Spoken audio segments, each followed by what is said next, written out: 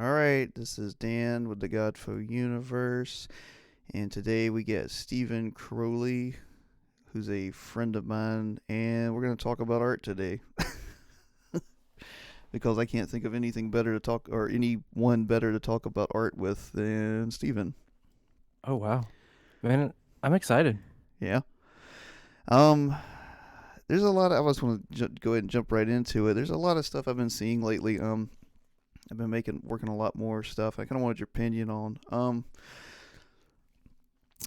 Main thing is I don't want to go into what is art because that's too much of a big thing. But I've been seeing a lot of stuff lately about the argument of art being political in nature, and I disagree with it. I think uh, I think art supersedes all of our preconceived notions, and that's what it should do. I think it supersedes society. And the argument is always that an artist grows up in a type of society, therefore it influences their art. And I think, well, the whole point of art, and that the ancients kind of knew this, was to supersede that, as opposed to draw from a well of infinity and eternity beyond what we know. And if it doesn't, then it's not art. So that's how I would answer both questions of, is art necessarily political, and what is art? So Wow, you know, there's a lot there. yeah. I feel so unqualified Oh to answer this please. question. No, I really do. I mean, you might have to like edit out the part where the pastor cusses, because I'm gonna get really passionate about this. Go for it. Uh, no, art being political in nature. I'm a Christian, so I'm always gonna see things from a little bit of a different perspective, and I have to put my Christian worldview on when I answer a question like this. But if I think about the fact that, I personally believe that there is a God that not only created the entire universe from nothing, but I also believe that God cares about me and cares about humanity and every single person on the planet. And so he's interacted with us in a specific way, and one in which I believe is very profound. And so he has taken basically his essence, or part of his essence, or characteristics that make him up, and he's placed it in human beings. And so when I think about, what is art, it's a human question. We all have art in different cultures all around the world. People express themselves in the aesthetic way, in different ways, but we all have we all have art. We all do something with art. We all, sort of find a way to express ourselves that way. And so I believe that art comes from the one who gave us the ability in the first place to think in this way and to express ourselves in this way. And so to say it's simply a political thing is very narrow. I think, if art comes from God and we're supposed to relate to the world in this specific way, it can't just merely be political. There must be something more to it. And I'm sure we'll get into it later, some of the effects of art, and what they do for society and what they do for people. But to say it's narrowly political, I think is you know it's kind of silly. Yeah, and I agree with that. What you just said, we both share this world because I'm a Christian as well. But you don't have to be one to believe. You just have to believe art comes from somewhere greater than humans. You just have to not be a materialist. You Mm. know, any religion. I mean, and that's what's been proven is even the Buddhist religion has produced amazing art and beauty because it believes in a transcendental being or a transcendental ism at all. Because it the ultimately the not to go off too much on a tangent, but ultimately the phrase "all art is political" or "art is all political" is a fascist statement because fascism believes all in the state, nothing outside of the state. And what's funny is the phrase "all art is political" usually comes from like super more left leaning socialist Marxist types. But the whole point is if all art is political, it basically means everything is political, and if everything is political, then everything can be punished with state power. So if all art is political, you basically believing that it comes from humans and all humans are political, which means God is the state, which is what Hegel believed, and that's where all this kind of comes from anyway. So it's just what a bleak. You can't make art if you believe that. You can only make propaganda. Yeah, that's exactly right. You're only going to be speaking from, one perspective, or, the perspective of the one that you're trying to represent. But yeah, I think that art represents not only the person themselves, but also the society that they see. And if you take art and you put it in a box like that, I think you've hit it on it already. You've already limited the possibility of like creativity and what can actually come out of it. So, I'm with you. It's very bleak. Art is so beautiful, and people express themselves in some incredible ways.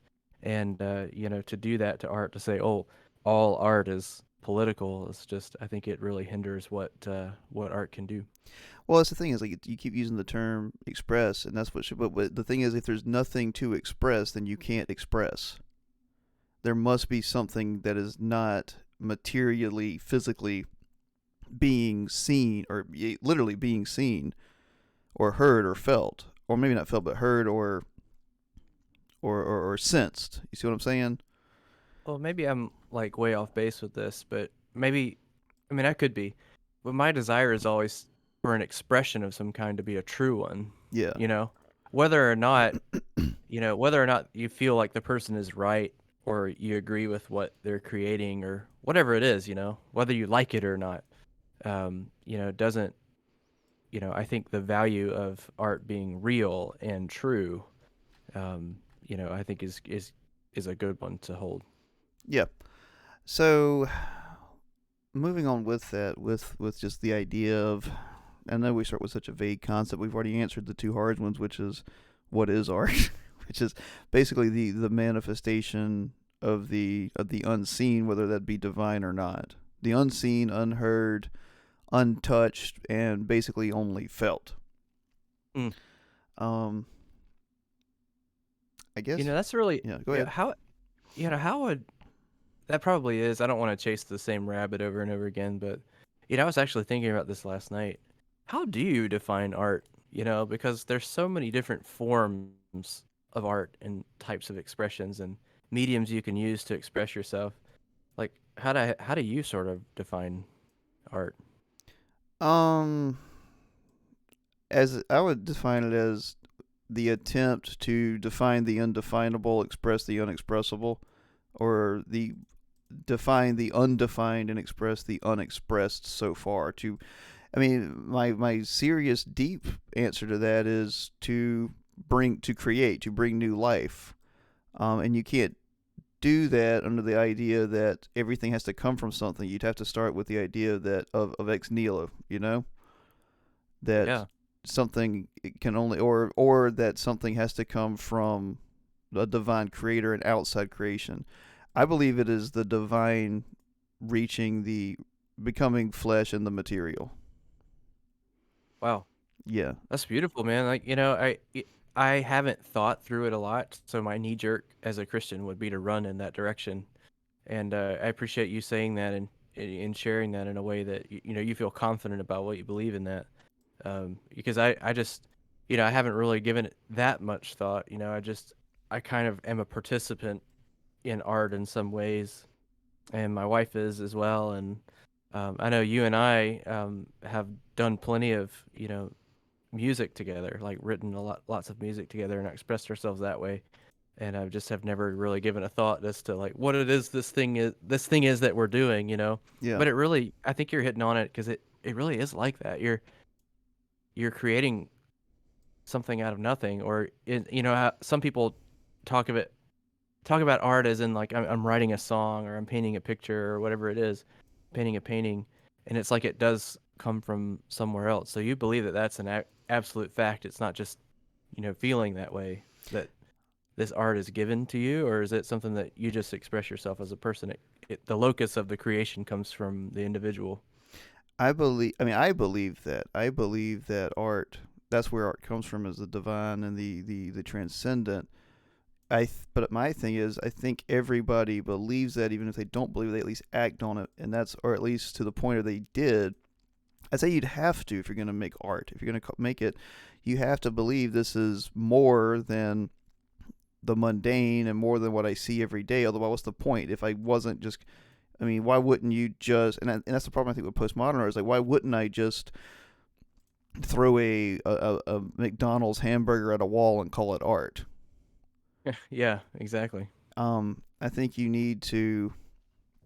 I don't think you can be a genuine person or a genuine artist in the slightest if you don't at least act as if what you're doing hasn't been done before, or you're at least striving to do that. Yeah. Yeah. Wow. Yeah, agreed.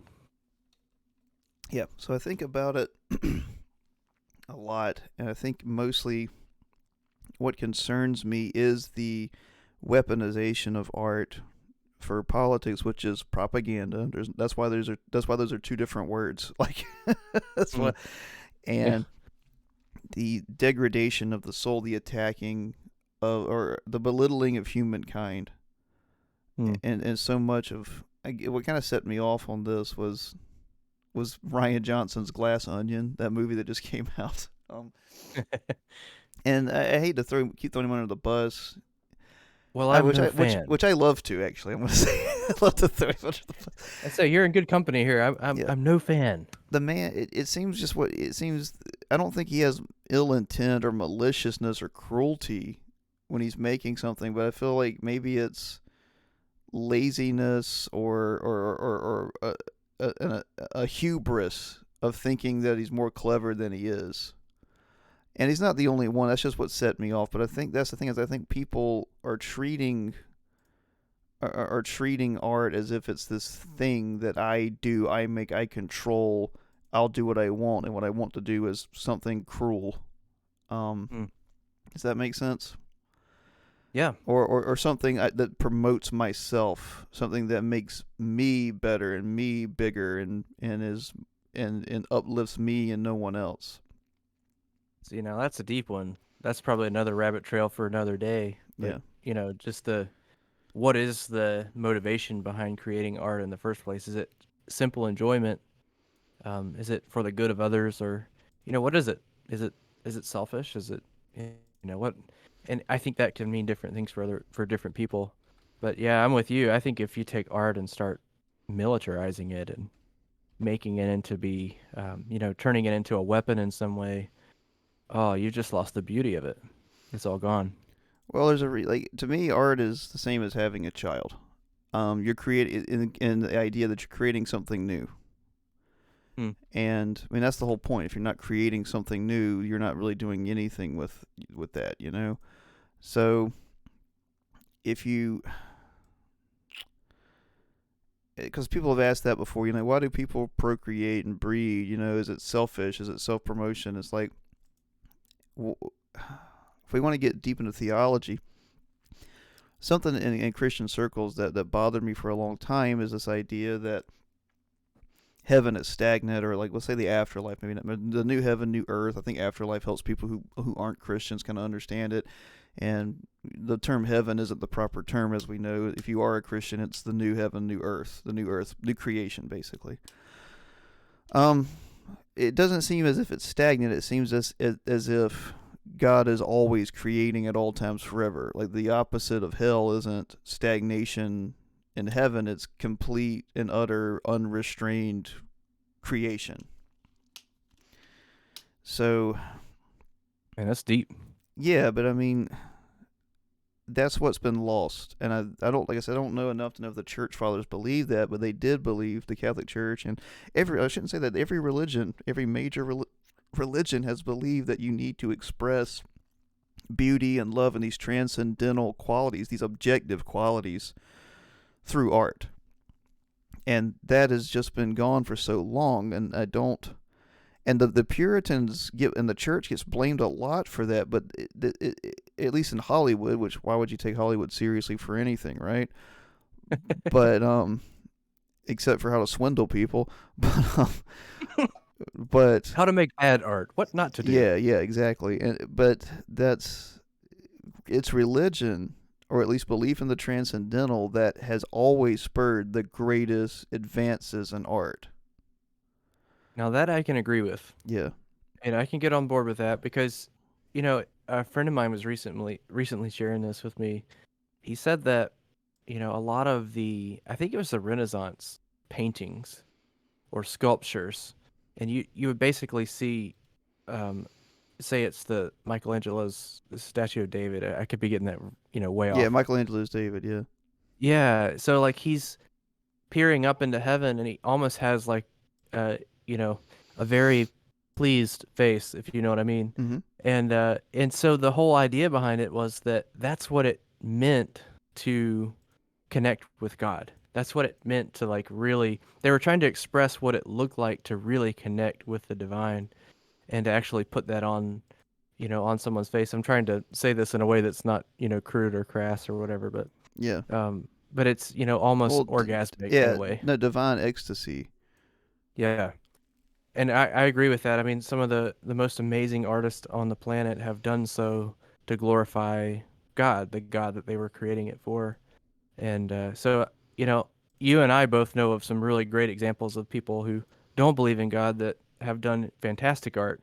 But I'm with you. I think some of the best art really does come from people who are getting outside of themselves and making it for something, for the divine or for someone other than just themselves to please themselves. Yeah, it's very hard to. Well, the thing is, like even Soviet art, like the mass, the seriousness of it, and the realist part, even that was done in the name of something else, something greater than the art. It was to personify an idea. It was to personify the glory of the new Soviet man.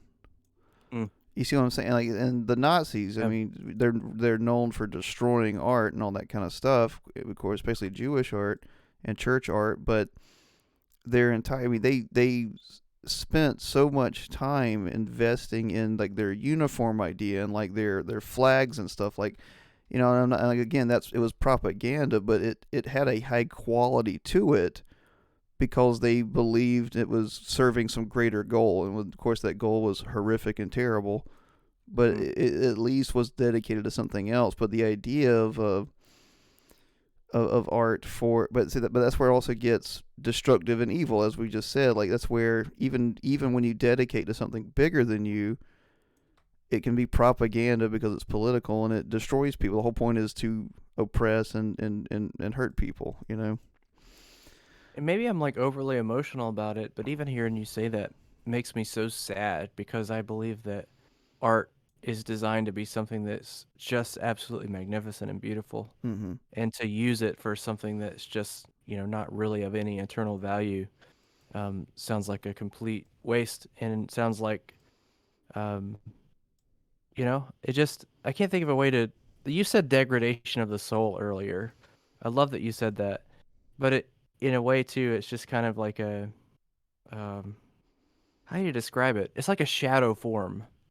Yeah, It's a like, you, demonization. yeah, it's like there's some resemblance to what the thing should be, but because of the result of, sin or because of the result of, brokenness, it isn't quite the way that it should be. Well, And that makes me sad. well, taking and running with that almost in like a kind of a petty sense because we're both nerds, but that's why people have called like the new Star Wars and stuff like that, like those kind of reboots. They called them skin suits because you've gotten this thing where you've crawled into something that people like and you eat out the inside of it and you pretend to be it. Yeah. And that's what that does lead to. That's what this idea of when you, well, if you don't create something new and you don't try, you'll, and but you still want integrity. And again, let's connect that to Christianity. I mean, that's what Satan and the Antichrist is. It's this idea of I want to be worshipped, but I don't want to be crucified. Mm. You know, Yeah. Yeah. and that's the thing is like I want glory, I want presence, I want honor, but I don't want to have to sacrifice for it. I don't want to have to create. And again, we've discussed this is another thing for this is another another long discussion for another day. But I believe the original creation even involved death in some sense, and that's part of like what made Christ the Lamb worthy. I don't want to get too deep into theology, but I think creation slash art has to involve a death or something of that effect. You see what I'm saying? Yeah. I It mean, that, requires sacrifice. sure, sure, and it. it's something that you see in real life. It's part of the human experience, and to not include death would almost kind of be, you know, ignoring the fact that we're all going to die one day. You know, it's you wouldn't want to ignore that, because I think death, in Tolkien's view, we're probably going to get into Tolkien at some point, Yeah, we should. but in Tol- in J.R.R. Tolkien's view, death is a beautiful thing, and the elves are, you know, putting off death in some way. But the men, the second children of Iluvatar, the men in the story get a chance to die, and because they get a chance to die, it means that they don't have to deal with the sufferings and pain of this life forever and ever. So, death is actually a gift from God, and so honestly, to ignore death in some way would be to create art that has no real emotional weight or value. Yeah, I think that idea of wanting to be glorified without paying the price is a horrific one, and one of the worst things someone could do.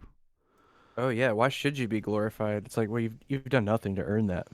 Yeah, and that goes to like the architect and the idea of the unworthy king. Mm, Because and the idea of like if the king is unworthy, then the entire nation suffers. mm.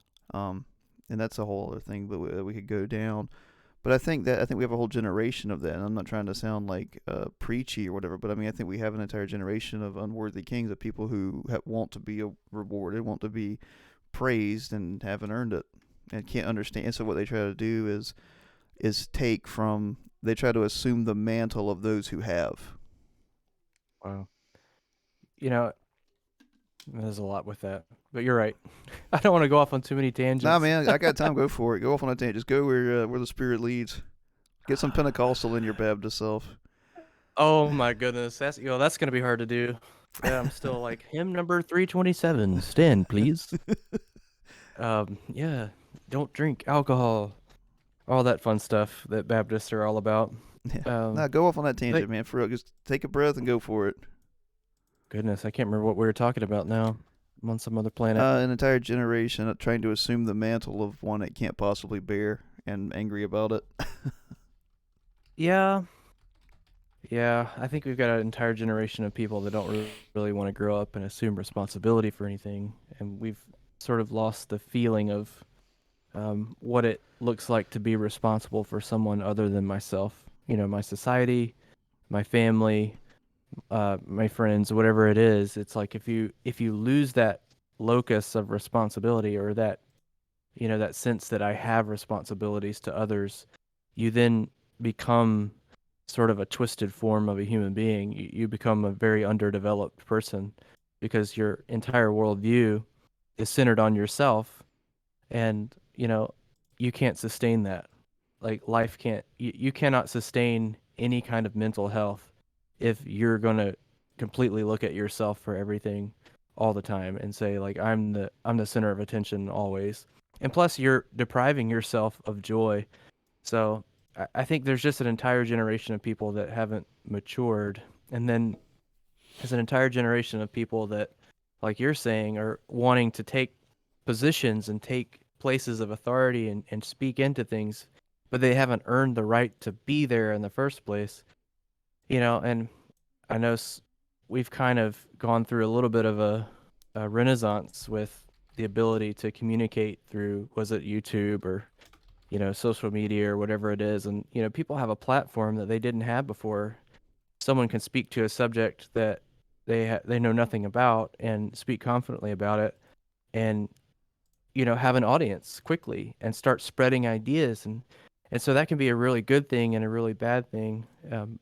In previous times, you actually had to have some type of credentials to be able to speak to the masses, and nowadays it's just if you say the most popular thing, you tend to be the one that High fructose corn is syrup, listened to, which is but kind of don't give it the sad. satisfaction But of yeah, we have attention. a whole generation of that. We've got Thanks. a big problem on our hands, and we have to. I think one of your missions here with this podcast and this channel and what you're doing is to make sure that we're speaking truth and not lies, and that the merit of our truth, the things that we speak, will be the ideas that are perpetuated. We would much rather people, and you can correct me if I'm wrong on this, Dan, we'd much rather have people act on what is actually true than what's false. Why would Mm-hmm. you want to live a lie? Why would you want to live your life based on things that are not real? Because you're going to be much happier and more fulfilled if you live your life founded on the truth. Well, That let's was a huge tangent. no, that's fine, man. That's why you're here. But let's run with that, especially your mention of Tolkien, because Tolkien, um, it's a perfect example in why he's basically so hard to kill despite Amazon's efforts.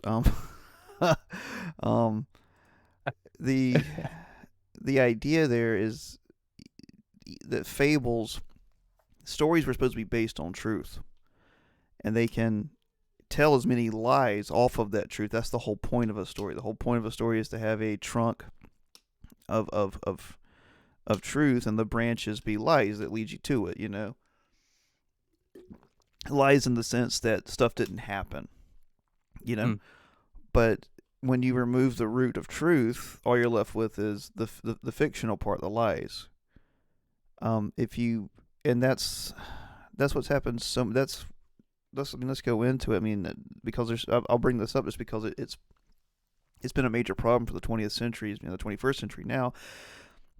If you start with the assumption, let's say like a Marxist assumption of a class of people is behind all the terrible things on the planet, whether that's based on their skin color, ethnicity, or monetary power. If you start with that, which is the basis of Marxism, that all history is a class struggle. That's a root of untruth, or at least it's a root that you can't prove, and if you can't prove it, it can't be tested, and everything you build off of it falls apart. It can't hold anything. Mm. If you start like Tolkien with black and white, good and bad, even if people don't like that anymore, but it's like, no, here's some things that we know are good and bad, and that some things corrupt, and power corrupts. That's not something you can get around. No matter how many times you try to explain it away, power corrupts, and it takes an extremely strong person to not let it corrupt. You have to be steel while the acid of corruption tries to eat away at you. And I mean that's the term power corrupts is an abstract concept. You know what I mean? Yeah. But we know what that means. It's basically is that if you have the power to assert your will, you're more likely to. Mm. And but so in that but that all traces those are all branches even of truth that go further and further into the truth, which is that if I have to separate religion from it, it would be that humans like to do what they want at the cost of other people. Yeah. So that's what power corrupts means. I mean, in one sense, and it's a Well, truth. You can't get around it. You know. yeah, you're right. It's the truth. You're exactly right. It corresponds to reality. You can look around and see that that's what happens. What, like you said so well, why does power corrupt so much? It's because people have a tendency as a whole, and, if you're looking at, large groups of people, a large sample size as a whole, once they get power, they're going to use it to, suit their own ends, and they're going to, as a whole, as a generalization, not look out for their fellow man. Yeah, It's just not going to happen. yeah, and I use those two because I wanted to compare them. Like I said, from a Marxist standpoint, would be all of history is a class struggle because the capitalists or whoever exploit the underclass. So it's like, well, let's assume that's true. A greater truth, because he goes through history, but the greater truth would be power corrupts, or power chooses to establish itself and hold on to itself. So that's a greater truth, because what that says is no matter who has power, whatever it doesn't matter what class they're a part of at any time, because those classes are just describing the power someone has. And then it expands that idea, because the idea could be that a 2-year-old has power over a 1-year-old. They're in the Mm. same class. You see what I'm saying? Yeah. And that's not a class struggle; it's an individual struggle. And it turns out, if you as history has proven, and it still proves, the power imbalances between people, or is an individual thing, and it changes every second of every day possibility based on everything. If that wasn't true, then the animal kingdom wouldn't exist, because a lion can't necessarily kill certain animals unless it comes from a certain angle at a certain time the way it does. Does that make sense? Yeah. So, but I Yeah, say for all sure. that, yeah, but I'm going off on a tangent here, but I'm saying Tolkien, like great artists, chose to base their stories off of truths, or at least greater, more provable truths, rather than assumptions. And it's interesting to note that the ones that are based on real truth are the ones that seem to kind of stick around. You Yeah, know, if because that's how reality is. It just is. It doesn't become vapor. I didn't mean to interrupt you, but that's absolutely true, because it just is. Does that make sense? yeah, absolutely. It corresponds to reality. You can, you're right. You build it on a lie, there's nothing to it. It falls down as soon as you kind of take one little piece of it apart. You look behind the curtain and realize there's nothing really there. And truth it just is. It corresponds to reality, and it stands the test of time. And that's how you can know truth.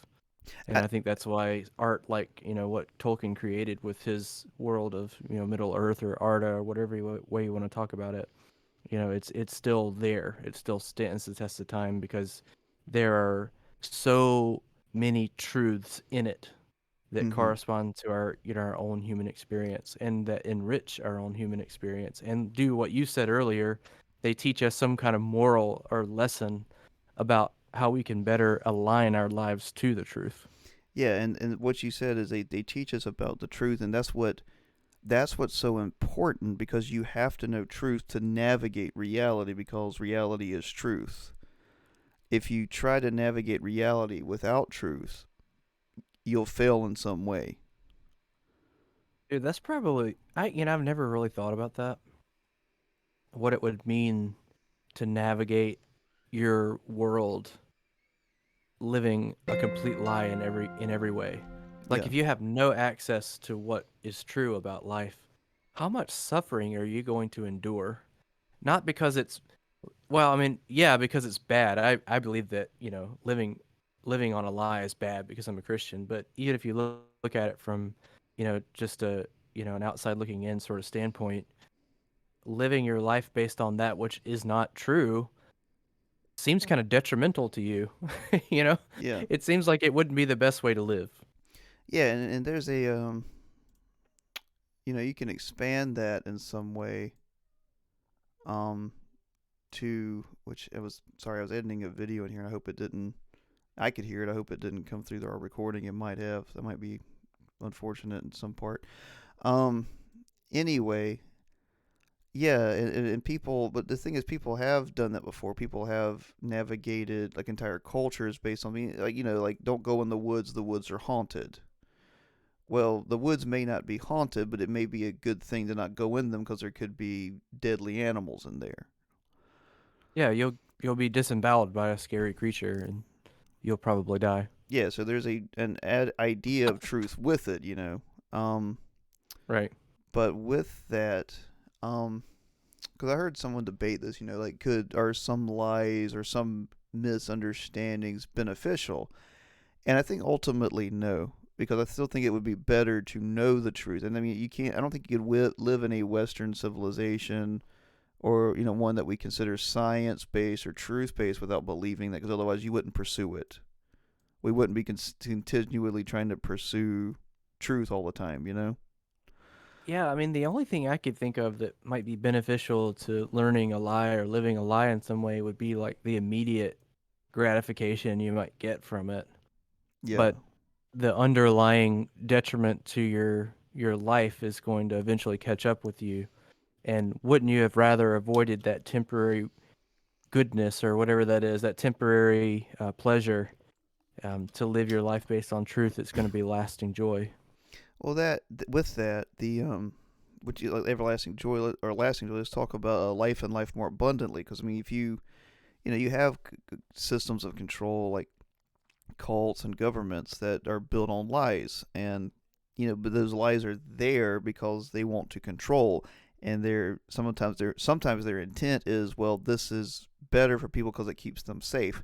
Well, safe isn't life.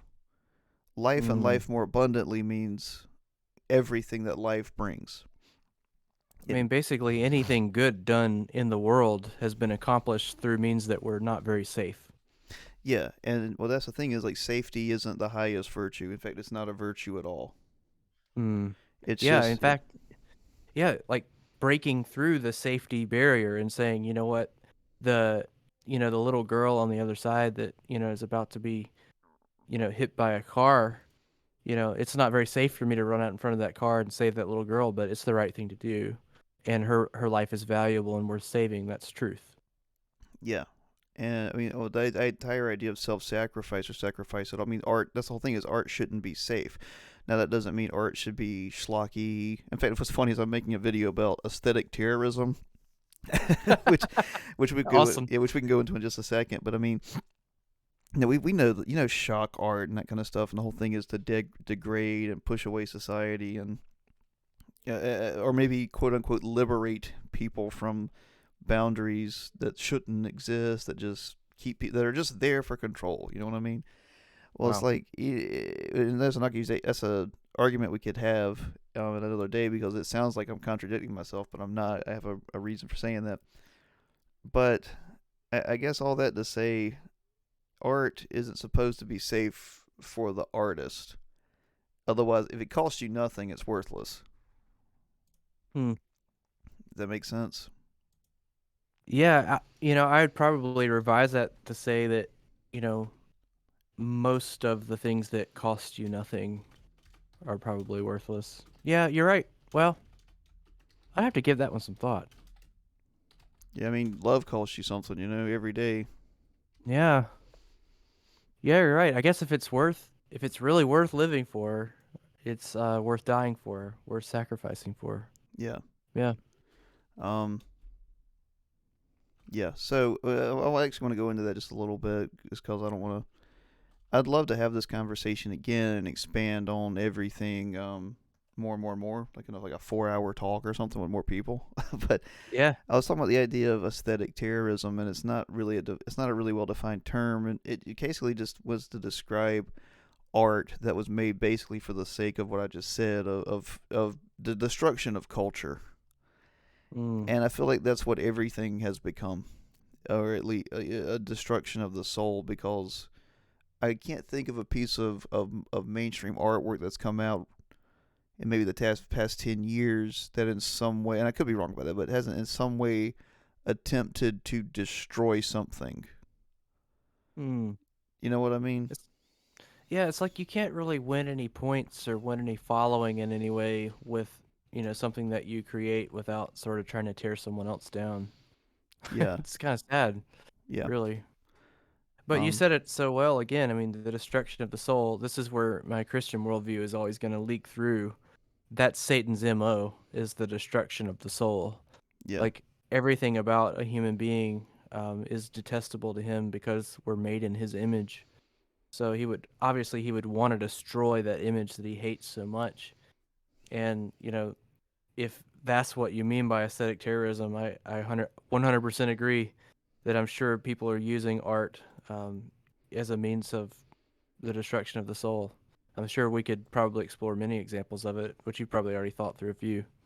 Um, that new Velma show, I just made a video on that. Like, it's like Yeah. the Scooby Doo remake or whatever. That's not Scooby. That doesn't have Scooby Doo in it. Oh my goodness. It just seems Why? it's like everything about it is just to poke fun at something or to bring something down. It's all anti art. It's all Mm, and not in the proper term. I know there's an anti art movement, but I'm saying it's art that is anti something. It doesn't exist on its own merit. It's not there to create. It's there to exist as in opposition to it. And I'm gonna run with your Satan example there because that's all Satan can do. Satan cannot bring something new from nowhere like God can. He can mm, only exist as a made thing that exists in opposition to other made things. mm, So if that's your idea, and oh man, that's you kind of hit the nail on the head, making me think that because that's what these remakes and reboots are.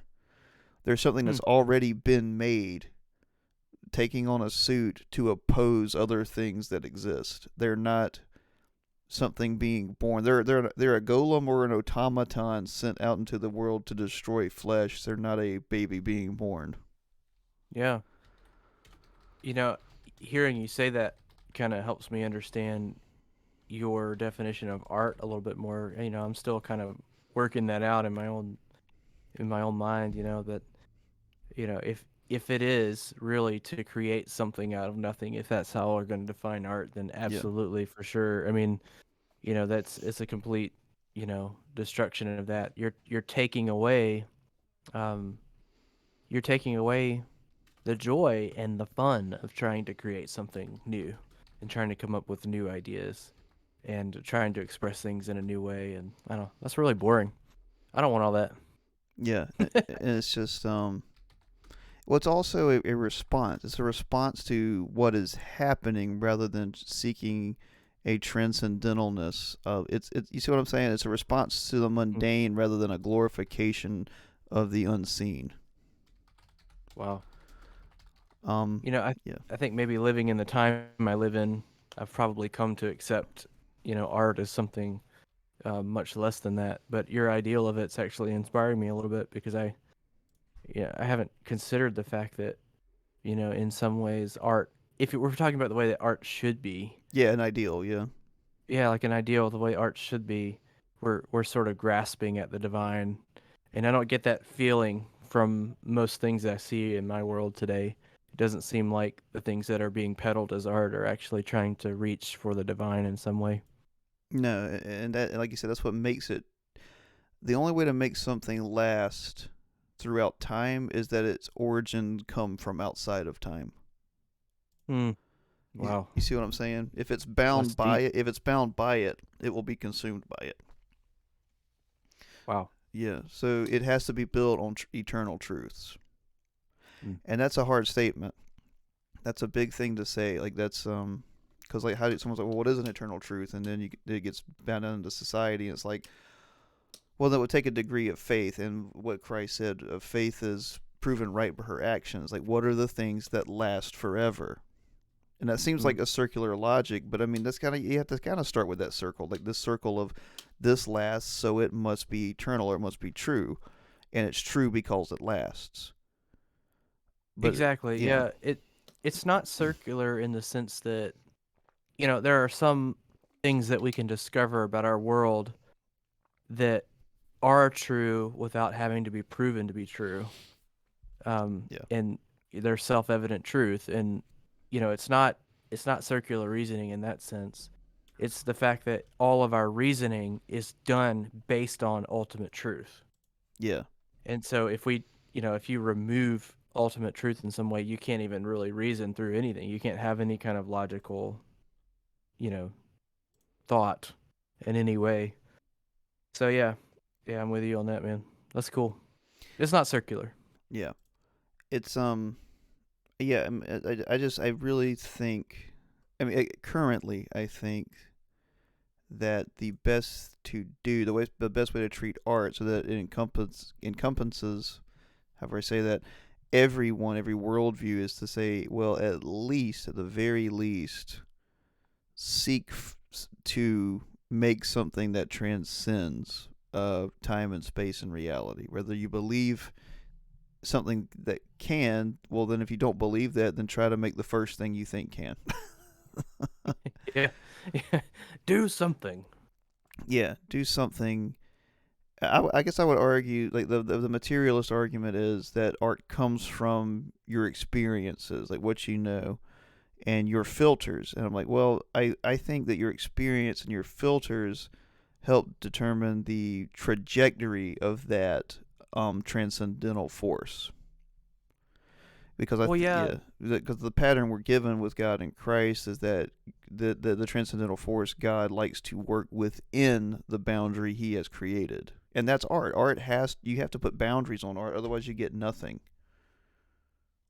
yeah, you know, God relates to people in a specific way. I mean, God talks to us. He speaks to us. We have a relationship with him. And, if in a sense, because we do have that relationship with him, and because, there is something, that's basically how we see things. That is our filter, and we Mm-hmm. relate to God in that specific way. And finding out a truth about the world through those filters, it's not necessarily an incorrect way to do art, because that your own life experience was given to you by God, Yeah. and the way that you see the world was given to you by God, and the people that shaped your life were given to you by God. So to create something out of that experience is transcendental. If God has given you your life experiences, he's put his mark on your life. Yeah. I could see that point of view. Um. Well, let's talk with that. Let's run with that. Like, especially with music. What is music? Music is rhythm, or it's sound set to rhythm, locked in time. I think that's a wonderful idea, a wonderful example, a microcosm of the idea of art. Like, art is, let's say, a divine spirit, like this ethereal thing that music, at least back in the, for a lot of history, that's what music was kind of treated as, even because they didn't know frequencies or any frequency, they didn't know sound waves existed in a certain way, and to the degree that we know. So Mm. it was kind of treated as a spirit that you capture. You know what I mean? And that's what Yeah. music is. You're capturing this thing that's unseen in rhythm and time. Well, that's what I think all of art is taking the thing that's unseen, the thing that's unseen, unheard, and untouched, but only felt, and bringing it into the confinement of time and space. Yeah, it's like you're kind of bringing it down from somewhere else. Yeah, I've but heard but people. but but that's the wondrous incarnation of it, though. Hmm. You see what I'm saying? Yeah. Like, Yeah. you don't degrade it by doing that. It doesn't experience it. That's a Gnostic idea. It, it's it's just coming into its full creative fulfillment. Man, that's deep. I hope so. I mean, but don't you mean that's like I think that's the goal artists can only hope to grasp for. Wow. I need another cup of Joe. Dude, that's amazing. I'm just processing that. Yeah, I just don't know what else. I've tried thinking. Like I said, everything else just seems like it would be. I mean, you could always think something personal. People, say I want to make something personal. It means something to me, but it's like, if it's really personal, if it's truly personal, that means it will hit with other people. Does that make sense? Because no one is an island. No one is so atomized away from others that they feel something other people don't. Yeah. Yeah, we share some experiences in this life that are, transferable across boundaries. Yeah, and I mean, that's an interesting goal, But I think you have to reach for, like I said, that transcendental idea of maybe not a universality, but a universal feeling. I mean, that's why there's so many love songs, Mm. and that's why there's so many like revenge stories and stuff like that. It's when you get off into a tangent and make something that is formless, and I'm gonna say this, like, this is what I think of, like, the whole postmodern idea is just done to art. It's made it formless, nameless, and purposeless. And I know Tolkien didn't write it, but the one good scene from the Hobbit movie is when Galadriel is cursing Sauron, Mm. and that's what she essentially says to him. That's like the curse she is, like, you are formless, you're nameless. You know what I mean? Right. I'll look it up. Well, I'm thinking of that, but I know, like I said, I know that wasn't a Tolkien, but that was perfectly in line with Tolkien and why it was good. Yeah. What is Man, she this is saying? getting deep. You are nameless, formless. What does she say? You are nameless, faceless, forceless, or formless. Wow. Yeah. Yeah, I was thinking as you were saying that, I've been trying to just decide in my own mind what role art plays in the human experience, and sort of what role it plays in being a force for good in this world. And I was just thinking about how, if you think about most like plants and animals and things like that, they might create some things that one person could probably consider art, but in a sense, the way the patterns and designs behind which they might make something like a spider making a beautiful spider web, it's just sort of given to them. They just have it in them to build a spider web that way. But you and I, as human beings, have the ability to do something more than what animals can do. I think you said it earlier, you're talking about abstract thought. We can express the abstract in so many different ways, like in different, you know, feelings and emotions. And, the art that you create, you might have meant it one way and wanted to communicate something with it one way. But then the other person, when it goes through the filter, might hear it differently and might process it in a different way. And I think there's just something really beautiful about that no other animal or created thing on this planet could say that they can do. So there's something really special about, you know, the ability that God's given to us to create art. And so I was just wondering, like, what in the world? I mean, just you've probably thought about this a lot more than I have. What is like the ideal purpose of art? I think it's truth, which, I mean, the Christian answer is the glorification of God, but that's what truth is. I mean, that's the whole thing. Like the glorification of Christ, which is the death and resurrection. That's just truth. I mean, that's to me. I shouldn't say to me. To that act, the fulfillment of the death and resurrection is the ultimate truth, and that's why it glorifies God, and that's how it glorifies God, and that's how it's true. It's that circular reasoning again. I think we've talked about this before.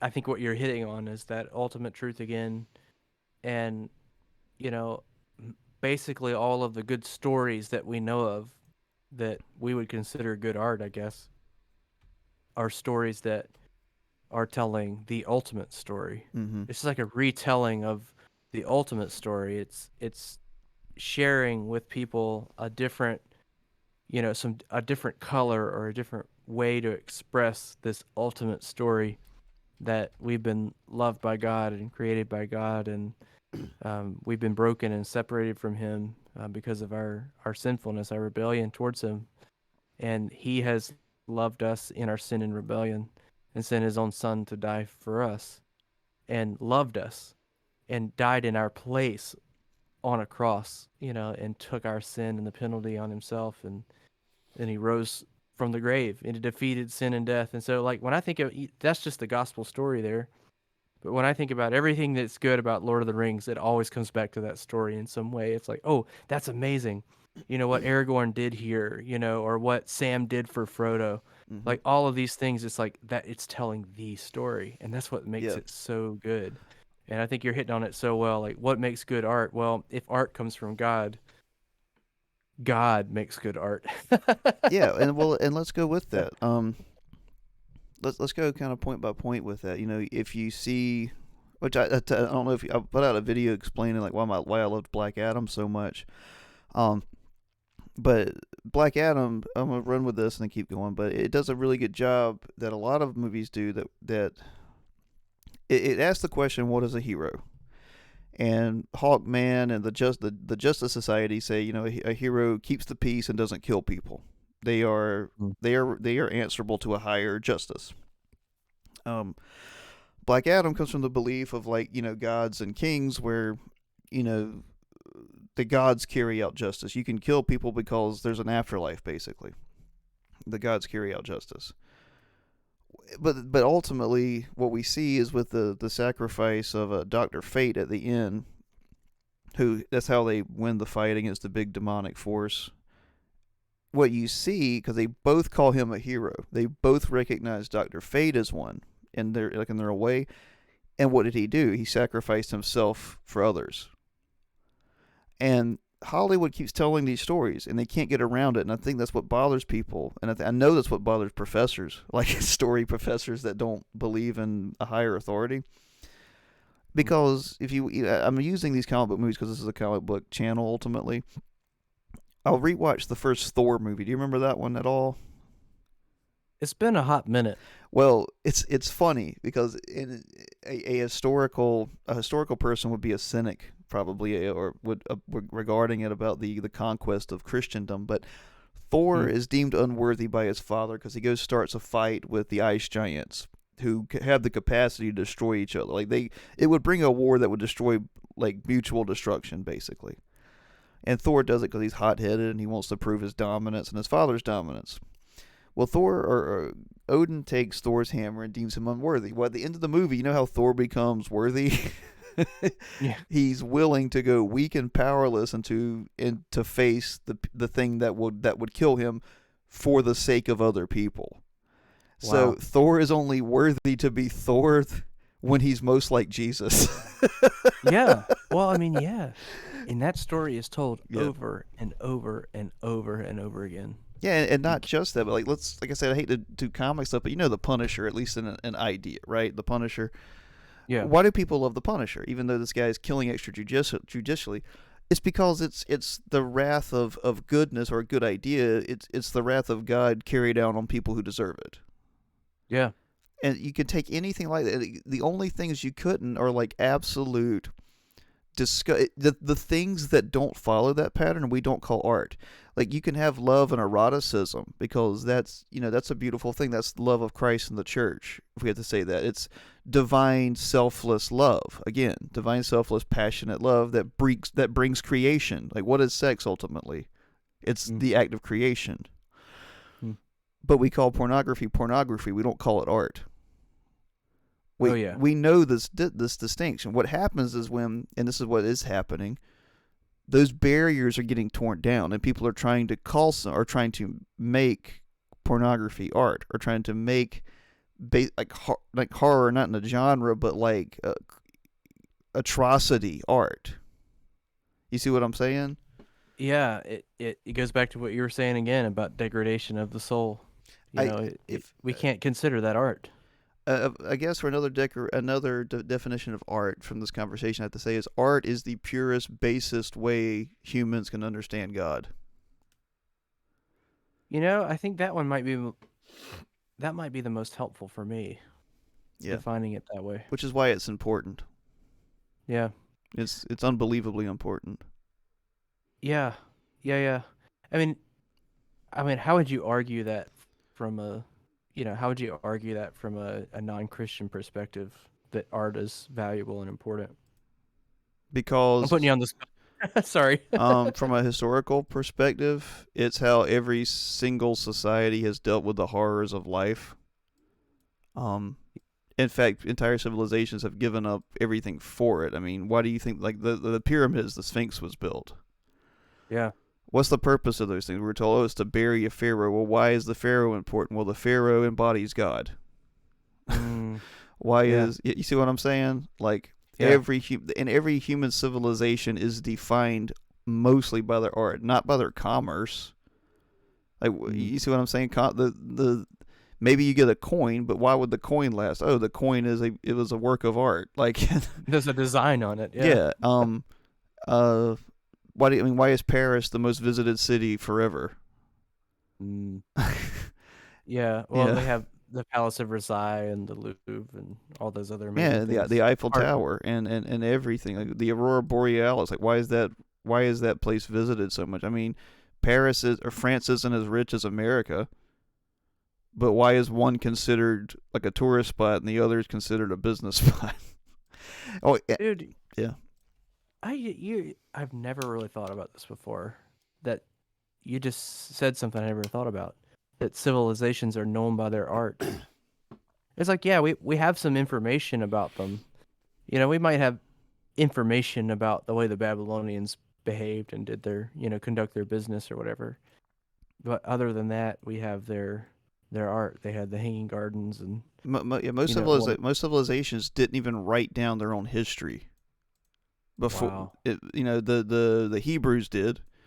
Um, Maybe the Egyptians kind of did, but a lot of they told those stories. Even if you read the Bible was written to tell the story of what they did, and what you read is what they did is they built structures. Like everywhere, like Abraham stops. What does he stops? What does he do? He builds a structure, and it's Mm. not a structure to keep them safe. This is where God promised us something, and it was fulfilled, or it would be fulfilled. So we build this giant monolith, Wow. and those were built before the Bible was written, before the history was written down, before the entire history was, because that's what they said. Like this is how it will be remembered, is by this creation.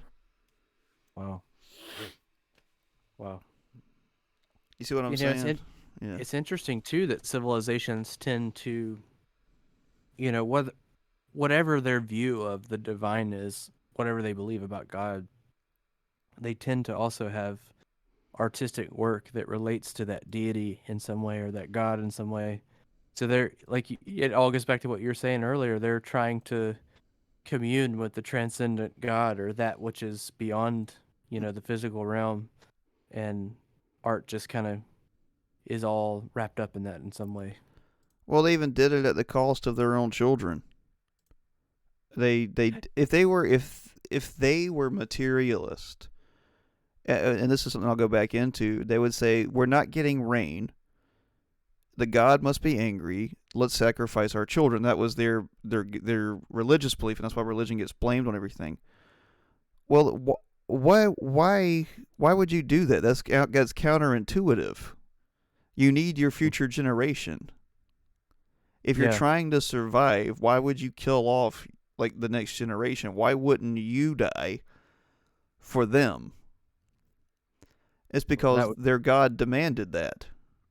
Wow. If they were purely scientific rationalist, they wouldn't have done that. That doesn't mean they would have done anything better, because we've like purely scientific, quote unquote scientific rationalists, quote unquote, because I wouldn't consider peace people any of those materialists, as we've seen from the 20th century, did worse things. Hmm.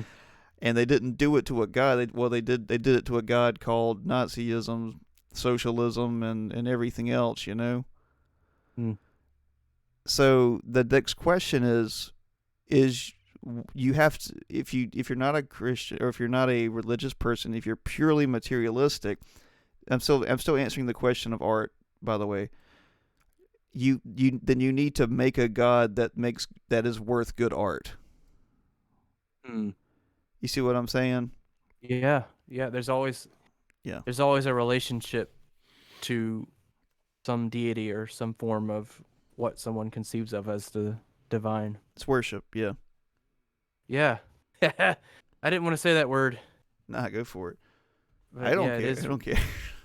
it is worship. No, I was trying to think, trying to be objective as much as I can, but it is worship. Everybody worships in some way. Yeah, they worship something. Everybody worships something. Whatever you dedicate your time to is worship.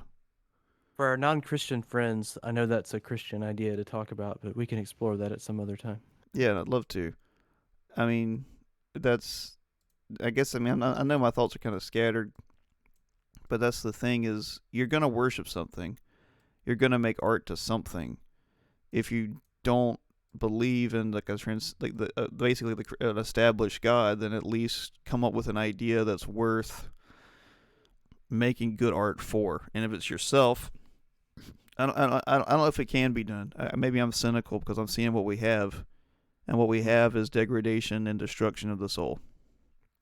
Wow, it's bleak, man. Yeah, I don't This think it has to be. this conversation is so much better than art's cool. I like it. Yeah. Well, I'm gonna be honest. I don't know if I'm solving the problem, but I watch a lot of guys, a lot of people on YouTube that they'll critique something, and they'll say, well, we need to build more stuff. It's like, well, great. Well, how do you do that? And some of them will be like, well, we need to go back to Aristotle, Plato. These ideas of the humors and the, I don't really know Plato that well, but you see what I'm saying? Like they at least know we need a basis to make good stories. Well, they're also presupposing that what we have isn't very good, Well, yeah, and it's like, what are you comparing it to? And right? of course, I believe, if you go down far enough, you'll come to God. And I don't think you can avoid that, because it's like, well, what is it? What is good an example of? If Well, you can't answer that. I'm always asking this question often, what evolutionary purpose does art serve? You know, if Yeah. there's no real divine there, what's the point? I mean, does it maybe it's helpful in survival in some way if you want to think about it in those terms, but there's something to me when I experience really good art or things that that are pleasing to me or aesthetically pleasing.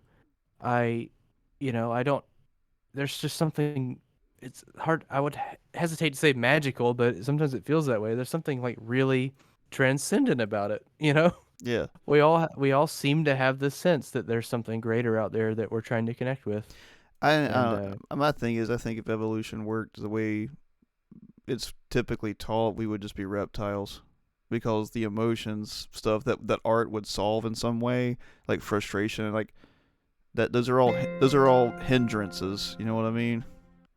Like why wouldn't everything just be reptilian and just cold wow. and just cold? Because apparently alligators have survived since Lord knows how long. So you know.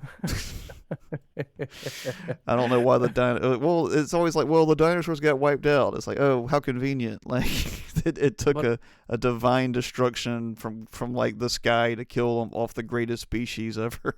Like, Oh goodness. you know what I mean? Like, Yeah. whatever.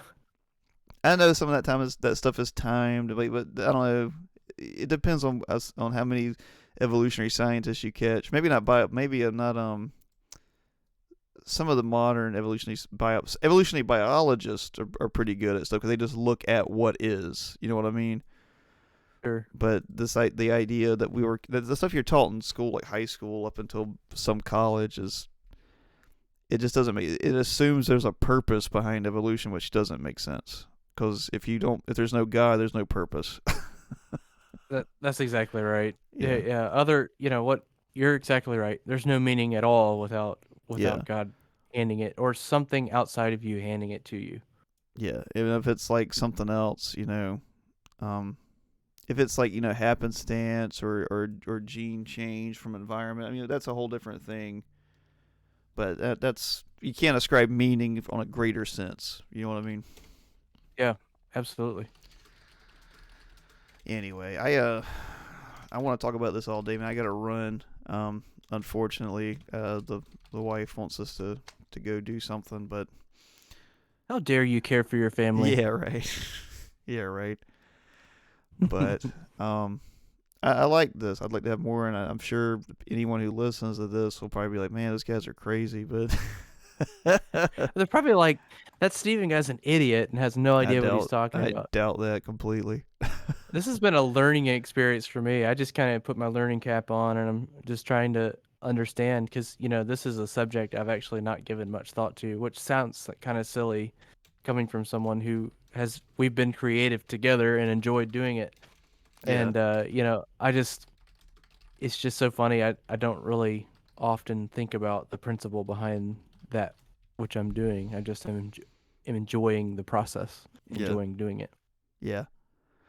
Well, But I don't know. I think that is enough for most times. But yeah, man. I'll let you go. I gotta run with the family, but I'll holler at you later, man. This has been fun. Yeah, I had a blast. I'll love to do it again. All right, see you. See you, buddy.